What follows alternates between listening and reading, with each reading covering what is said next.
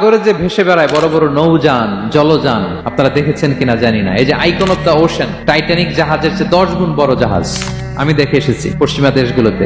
এত বিশাল বড় জাহাজ, এটা সামনে দাঁড়ালে এটা দত্তের মতো মনে হয়। মালয়েশিয়াতে তো অনেক কন্ডোমোনিয়ামস, 10-15টা কন্ডোমোনিয়ামস একসাথে জোড়া লাগালে এটা যত বড়, ওই ক্রুজ গুলো, জাহাজগুলো এত বড়।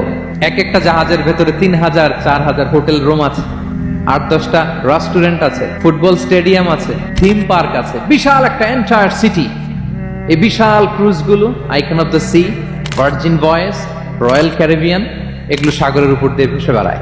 আল্লাহ বলে ওয়াল ফুলকিল্লাতি তাজরি ফিল বাহরি বিমা ইয়ানফাউন নাস, সাগরের উপরে বিশাল বড় বড় ক্রুজ গুলো ভেসে বেড়ায়, এর মধ্যে নিদর্শন আছে। এরপর আল্লাহ বললেন আমি পানি থেকে সব প্রাণী তৈরি করেছি, ওয়াজআলনা মিনাল মাই কুল্লা শাইইন হাই, সব প্রাণ এসেছে পানি থেকে। বিজ্ঞান এটাকে কনফার্ম করেছে। তারা বলেছে পৃথিবীর সর্বপ্রথম এককোষী প্রাণীর নাম হচ্ছে অ্যামিবা। অ্যামিবা এসছে জুপ্লাঙ্কটন